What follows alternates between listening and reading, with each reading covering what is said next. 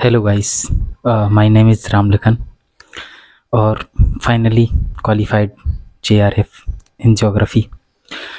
बहुत सारे लोगों का यार सपना होता है कि नेट हो जाए, जेआरएफ हो जाए, और मेरा भी हो गया। थोड़ा टाइम लगता है, मेहनत लगती है, डेडिकेशन लगता है, सब कुछ।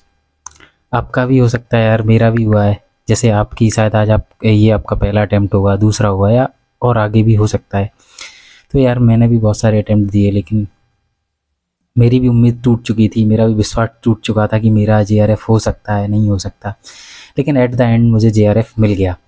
तो इस बीच जो जर्नी हुई, मतलब कैसे क्या रहा, वो मैं आपके साथ कुछ शेयर करना चाहता हूँ, और आप लोग भी कैसे अचीव कर सकते हैं जेआरएफ नेट। तो ये मेरा वैसे तो 5वां अटैम्प्ट था, लेकिन मैं सीरियसली कहूँगा तो ये मेरा सेकंड अटैम्प्ट था, जिसमें मैंने पढ़ाई करके ठीक से एग्ज़ाम दिया था। और आप लोग भी कर सकते हो यार। देखो, ऐसा कुछ वो नहीं है कि होता नहीं है, हो नहीं सकता।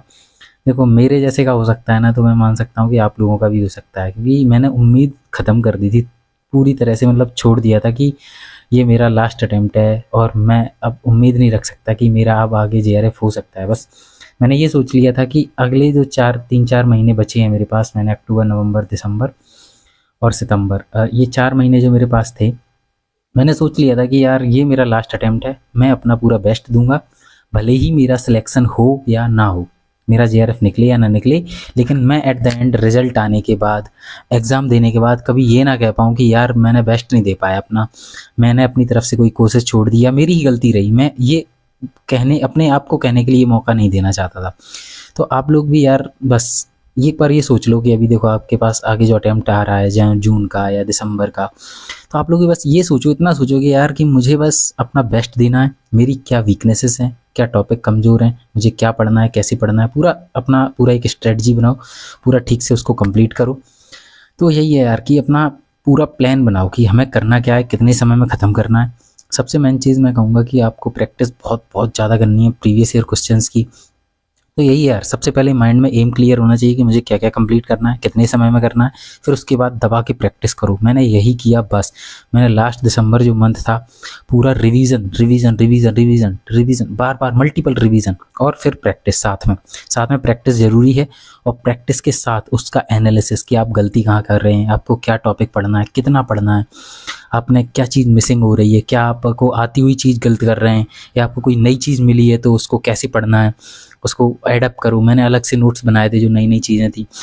तो ये सब आप कर सकते हैं। देखो, इस बार यार कट ऑफ आपको पता ही है कि यूजीसी की कट ऑफ हर बार बढ़ती जा रही, लगातार बढ़ती जा रही है। मतलब उसकी क्या ही कहूँगी, मुझे तो उम्मीद ही ख़त्म हो गई थी जब पता चला कि मतलब अब पिछली बार जो 206 गई थी ज्योग्राफी में, सॉरी 208, तो इस बार तो 212 गई है।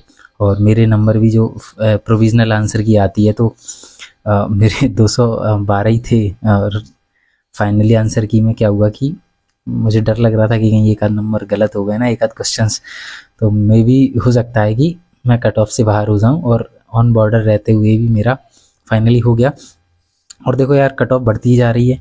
इसमें देखो, ये मत सोचो कि कट ऑफ कितनी जाएगी, एक फैक्टर रहता है यार देखो कट ऑफ का, लेकिन आपको बस क्या करना है, अपना बेस्ट देना, अपनी पूरी तैयारी करनी है, अपने आप को कंप्लीट करना है कि हाँ मैं इस एग्ज़ाम में बैठ सकता हूँ, मेरे कोई कमी नहीं रहेगी यार, अपनी तरफ से कोई कमी नहीं रहनी चाहिए।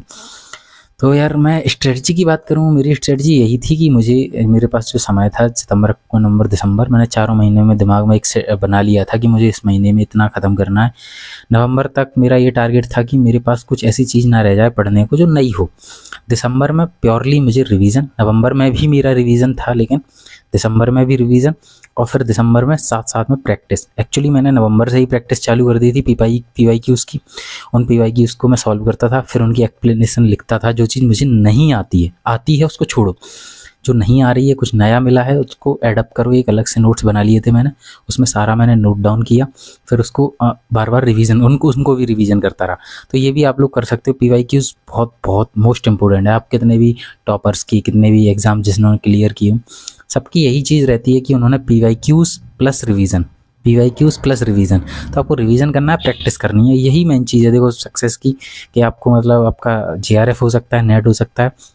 तो यार बहुत ज़्यादा कुछ है नहीं बताने को, लेकिन हाँ, मैं पेपर 1 और पेपर 2 की अलग अलग वीडियोस बना दूंगा कि पेपर 1 में कैसे क्या तैयारी करनी है।